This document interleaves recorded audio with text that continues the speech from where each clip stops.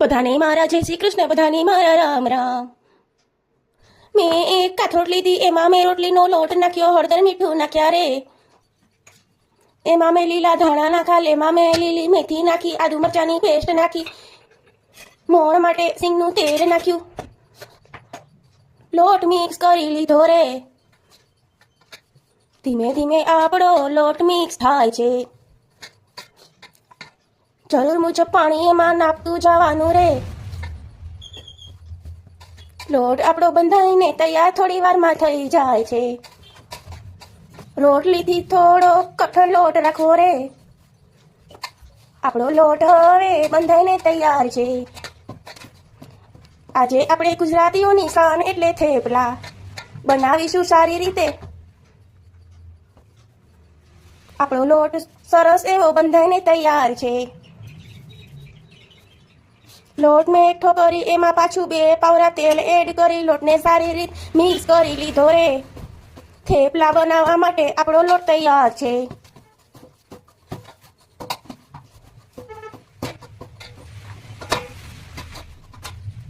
ગુજરાતીની શાન આપણે થેપલા આજે બનાવીશું રે. ધીમે ધીમે બધા મેં થેપલા વણી લીધા રે. ગેસની ફ્લેમ છે ધીમે, થેપલા વણી ત્યારે રાખવાની રે.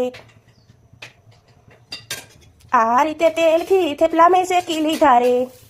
ધીમે ધીમે થેપલા શેકાઈને તૈયાર છે. આ થેપલા 2 થી 3 દિવસ માટે ખાઈ શકાય એવા છે. થેપલા કોને કોને ભાવે એ કોમેન્ટ મને કરો રે. મારા વિડીયો જોવા માટે મારી ચેનલ સબસ્ક્રાઈબ કરો રે. આ રીતે ધીમે ધીમે આપણે બધા થેપલા વણી લેશું રે. નાનાથી માંડીને મોટા સૌને બધાને ભાવે રે. ગુજરાતીની શાન એટલે થેપલા ઢોકળા ખાખરા રે.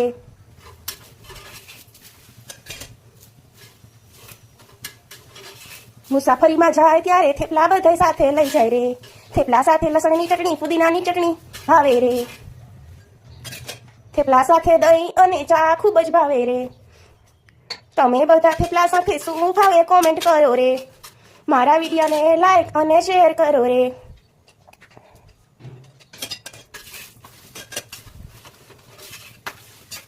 થેન્ક યુ મિત્રો, થેન્ક યુ એવરીવન. બધાને મારા જય શ્રી કૃષ્ણ રે. આપણા બધા થેપલા રેડી થઈ જાય છે. ગેસની ફ્લેમ હંમેશા ધીમે રાખવી રે.